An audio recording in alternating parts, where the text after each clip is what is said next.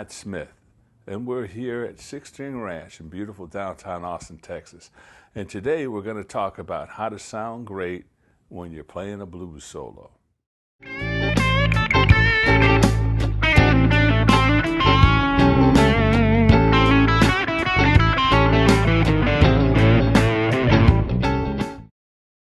Are you tired of listening to yourself play?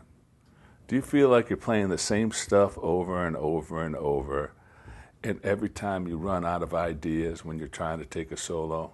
Well, today I'm going to try to help you with that. What we're going to do is look at the chords you're playing and how by landing on one of the notes in the chord that you're playing anyway, you can build a great blues solo.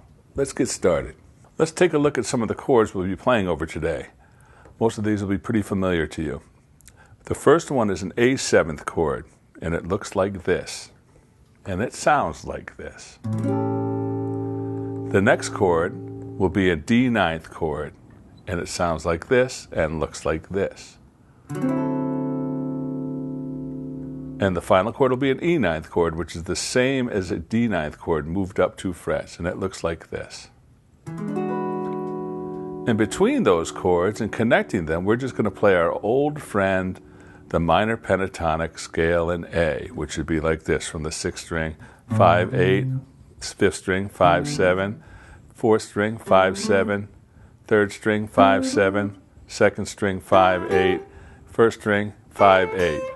Now, if I superimpose that over an A7th chord, you can see this note's in the scale, this note's in the scale, that note's in the scale, this note is not in the scale, and that's really important. We'll talk about that. This note's in the scale, and this note's also in the scale.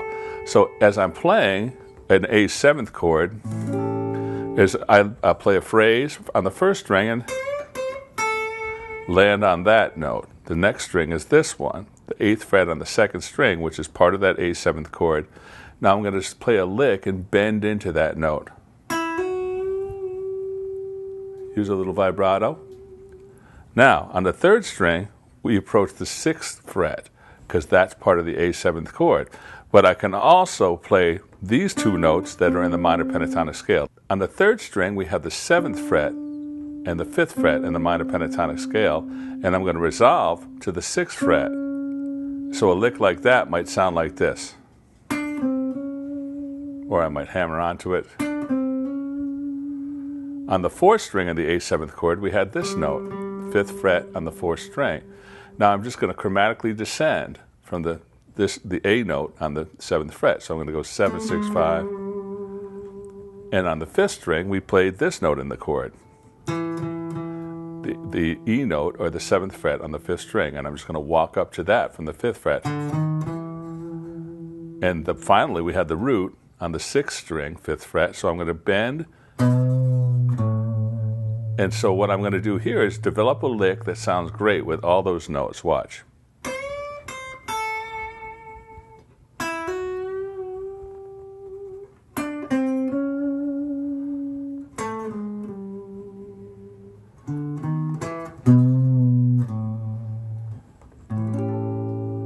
Now, that sounds a lot better than just landing on the root like most of us do all the time. The next chord in a blues progression would be the 4 chord, in this case a D9th, and a D9th looks like this. It's 5th fret from the 5th string, 4th fret on the 4th string, and the 5th fret on the 3rd, 2nd, and 1st string. So if I use the minor pentatonic scale and resolve to those notes, it'll sound like this. Resolving on that note, resolving on that note, resolving on that note, and then on this next note is the 4th fret. It's not in the minor pentatonic scale, so I'm going to slide down from the 5th fret when I get that into the 4th fret. So I'm going to go like this. And on the 5th string, it would sound like this if I played the lick and addressed those notes.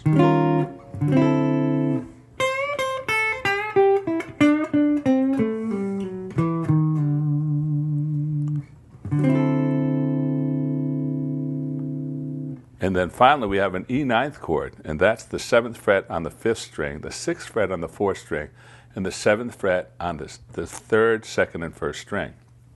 Now, hardly any of these notes are in the minor pentatonic scale. Well, actually, two of them are. This one, the 5th fret on the 3rd string, and the 7th fret on the 5th string, and the 7th fret on the 3rd string. All the rest of the notes, I'm going to chromatically surround them like this. In other words, I'm going to play the 1st string, land on that note, which is part of the E9th chord, 2nd string,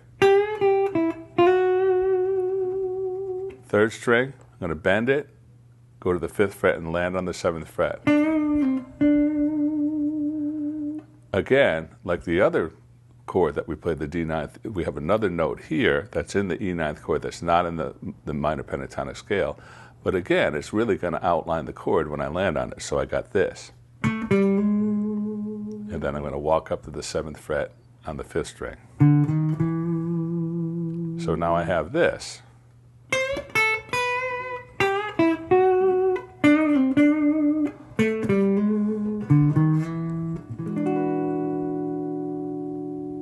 All right, so basically, here's how to always sound great. You can see the chord, it's right there under your fingers. As long as you land on that note, one of those notes that are in that chord, you'll always sound great. And these will not be the usual notes that you might choose to land on. So, an A7th, D9th,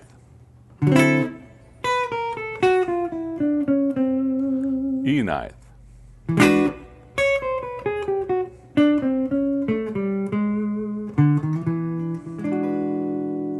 and then land on a 7th note.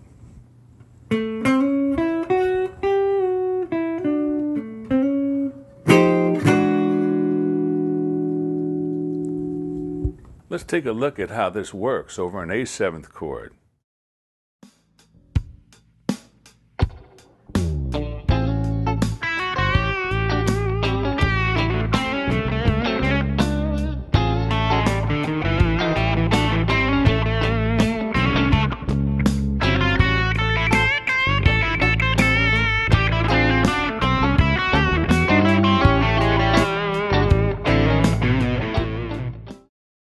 Now let's see how this works over a whole 12-bar blues using an A7th chord, a D9th, and an E9th.